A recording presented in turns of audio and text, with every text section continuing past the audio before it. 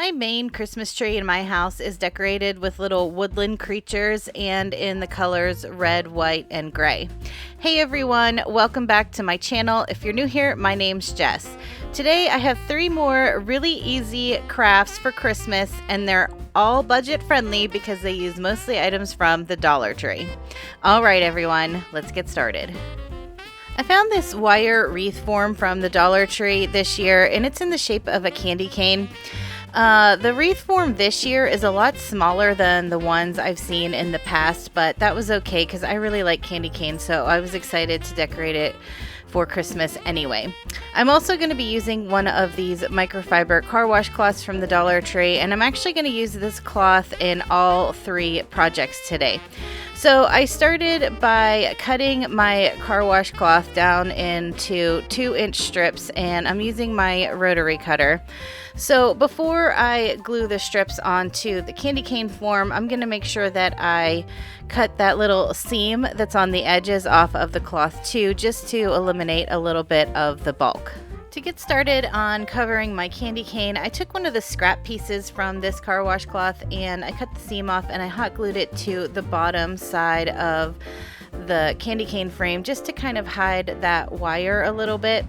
And then I started in with my 2-inch strips and I started hot gluing those on a diagonal, and I wrapped them up the whole way until I had the whole candy cane covered. And I made sure that I only added the hot glue when I was adding a new strip, and I only did it on the back side so that way you didn't see any of the rough edges from the strips.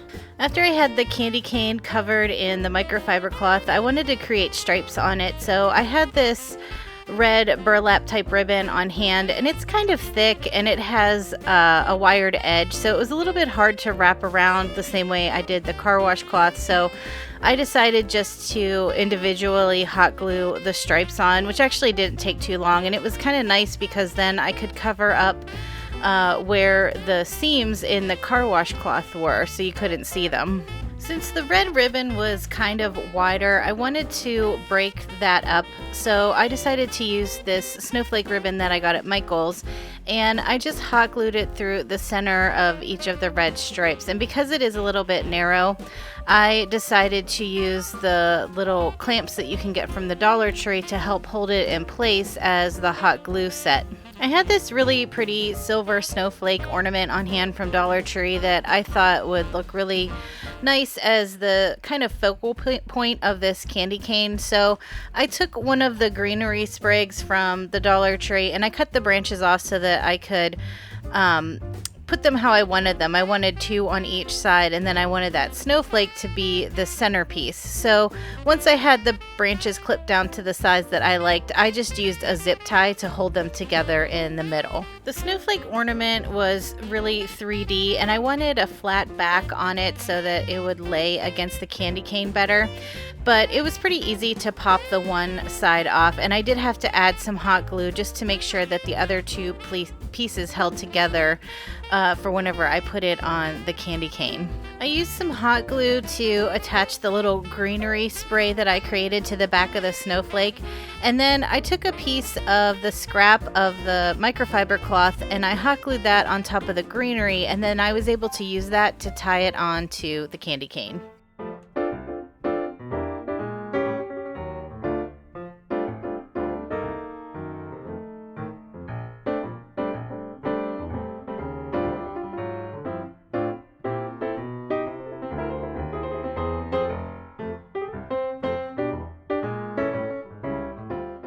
The Dollar Tree always has these Tinsel Garland Christmas trees out every year. This one's actually from last year, but they had a whole collection of them this year again too.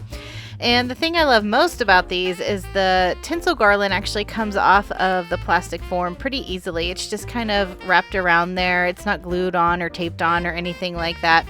So I always like to transform these a little bit, and once I get all the tinsel off the tree, I'm going to use that microfiber cloth again to cover this tree to give it a little bit of a softer look. Before I started wrapping the cloth on, I realized that these little nubby things that are sticking out would kind of poke through the cloth and give the tree a weird shape. So I decided just to use some wire cutters and snip off these little plastic nubs. Now, if you didn't want to do that, you could cover this with 2 layers of the cloth. I think that would kind of camouflage that enough. Or you could lay down maybe a piece of felt, and I think that would hide the nubbies too. Now that my tree form is a little bit smoother, I'm just using some hot glue, and I ran it along one of the longer lengths of the plastic. And I started at one end of the cloth and I just kind of rolled it up until I had the whole tree covered. I cut off the excess, and around the bottom it was pretty easy. All I had to do was kind of tuck the cloth in and glue it into place. And at the top I just cut a little bit of the excess off and kind of made it come to a point. I wasn't too worried about how the top would look because I knew I was going to add a little bit of a tree topper to this Christmas tree. In order to puff out the tree a little bit so that you couldn't see that plastic frame so much, I decided to use some of the scrap pieces of the microfiber cloth and stuff it inside the tree. Now, normally I probably wouldn't have wasted so much of a microfiber cloth to do this, but you can see there's a stain on this cloth, so I decided just to go ahead and hide it inside the tree. I didn't have quite enough pieces of it to fill up the whole thing, so then I just used a couple grocery bags to fill up the bottom.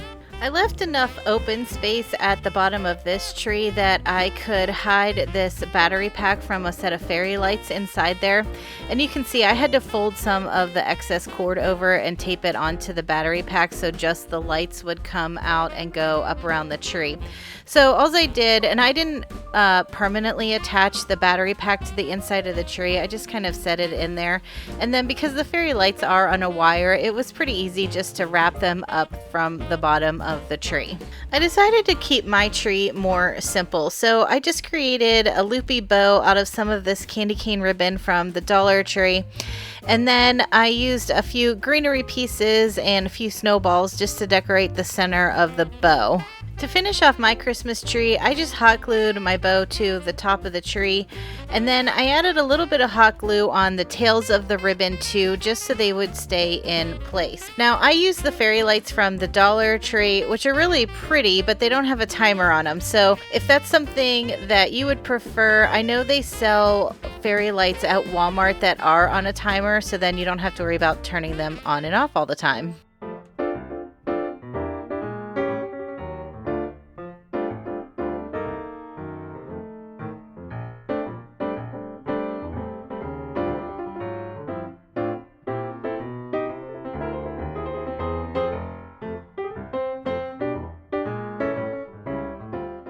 I had a few of these little wooden boxes with drawers on hand from the Dollar Tree, and actually I had a drawer but not the outside of the box, so I thought I would use those to create some little gifts to set around as decoration. I cut a few more strips of the microfiber cloth with my rotary cutter, but this time I only cut them about 1.5 inches wide. I just needed them wide enough to cover up the little openings that were on the drawers of the inside of the box. And I gotta tell you, every time I use my rotary cutter, I always go so slow because one year I was making a wreath and I ended up cutting my finger with the blade of the rotary cutter, and I actually had to go to the emergency room and get stitches. So if you're using a rotary cutter, be really, really careful. So I went back and forth as to whether I should paint or stain these boxes, but in the end I decided that I really liked just the natural color of the wood, so I decided just to keep mine plain. And I started by hot gluing the microfiber cloth to the inside of the box and wrapping it around to the other side and hot gluing it into place. Now at this point it was getting a little bit bulky, but I thought it looked kind of cute that it was kind of chunky and puffy. So I decided to keep going with it, and I added in some decorative ribbon to the center of the box, and then I crossed it over and did the same thing going in the opposite direction. And I did that for all 3 boxes, but I used different ribbons on all 3 boxes. After I had all 3 boxes covered in the ribbons, I went through my stash, and I actually have a big Ziploc bag full of bits and pieces of old greenery and flowers and stuff like that. So I just started taking them apart and adding them to the top of each gift. And you can see the larger one with the red ribbon on it, that's where I actually used the other piece of that snowflake ornament. I decided to use that as the topper for that gift.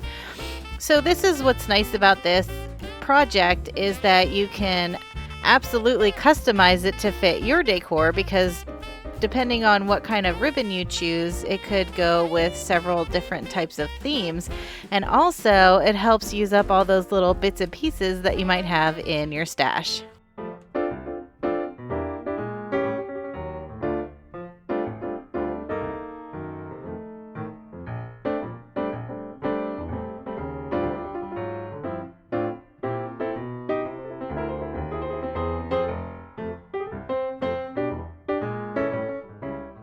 Let me know in the comments which one of these was your favorite, and also tell me what kinds of crafts or projects or DIYs you'd like to see in the new year.